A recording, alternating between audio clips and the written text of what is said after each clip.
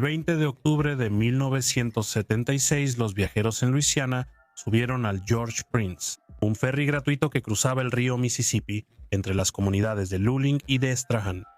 Era temprano en la mañana, en un día claro y fresco, un día como cualquier otro. El río estaba tranquilo y la tripulación del ferry parecía estar de buen ánimo. Todo parecía bien, pero minutos antes de que saliera el ferry, casi todos a bordo morirían, en uno de los peores y más innecesarios desastres de ferry en la historia de Estados Unidos. El ferry Luling de Strahan era uno de varios ferries gratuitos que en los años 70 cruzaban el río Mississippi en Luisiana para vehículos y peatones. Estos ferries eran operados por el Departamento de Carreteras de Luisiana como parte de la red vial del estado. El cruce de Luling de Strahan era esencial para trabajadores que iban a sus empleos en ambos lados del río y operaba todo el año. Dependía de dos embarcaciones, el George Prince de los años 30 y el Ollie K. Wiles de los años 20. En momentos tranquilos operaba una embarcación, en los de mayor actividad, ambas funcionaban juntas. Durante un cruce normal, un ferry comenzaba su viaje navegando directamente río arriba contra la corriente. Luego giraba y cruzaba el río, dejando que la corriente lo llevara de regreso río abajo. Así lo hacía. Ambos ferries transportaban vehículos y pasajeros, normalmente mezclados. El 20 de octubre de 1976, el George Prince y el Ollie K. Wiles operaban a las 6 a.m.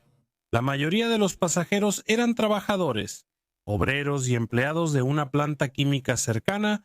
Cruzaban el río en grandes grupos. Aunque era temprano y el clima estaba despejado y fresco, hacía frío cuando el George Prince partió para otro cruce rutinario. Con 96 personas a bordo, varios pasajeros permanecieron en sus vehículos durante el viaje corto por el río, mientras algunos se unieron a los peatones en la sala de espera interior.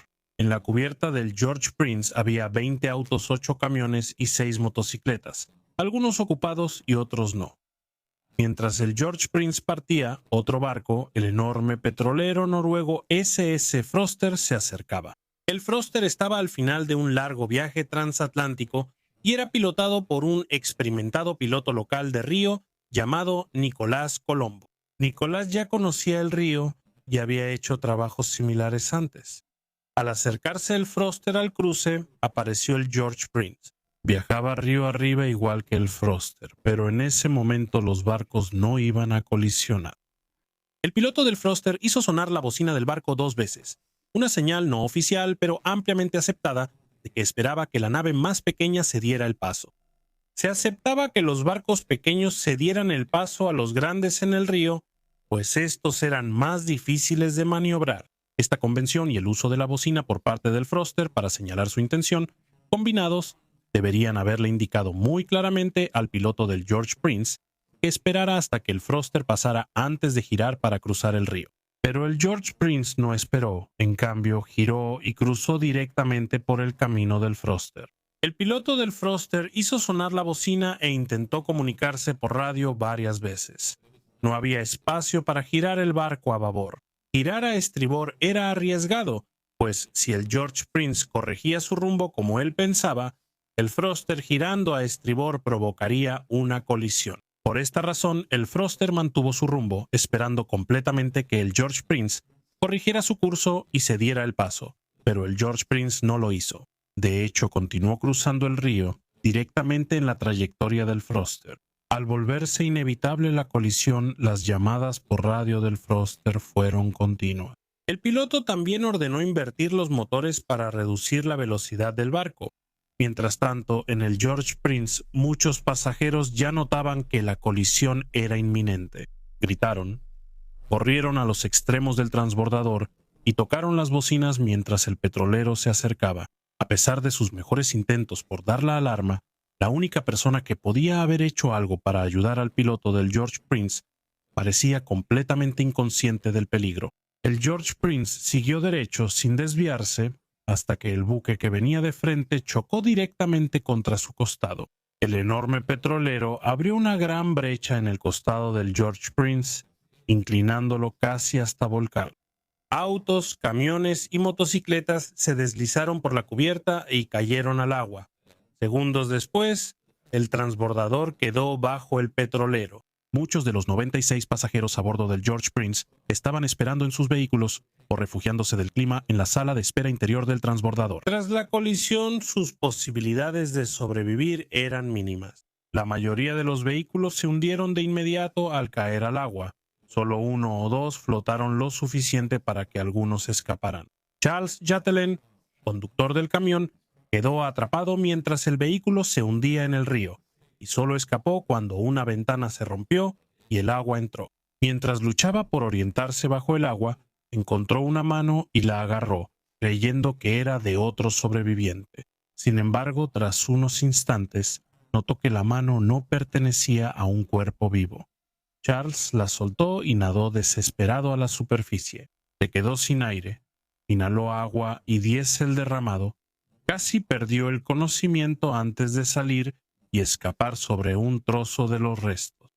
Charles tuvo suerte. Muchos pasajeros quedaron atrapados en sus vehículos y después recuperaron cuerpos. Se observó daño interior en algunos de los vehículos, consistente con que los ocupantes intentaron escapar frenéticamente. En total, 78 personas perdieron la vida en el desastre. Esto incluyó a toda la tripulación del George Prince y a la mayoría de los pasajeros a bordo. 96 personas cayeron al agua después de la colisión. Solo 18 salieron con vida.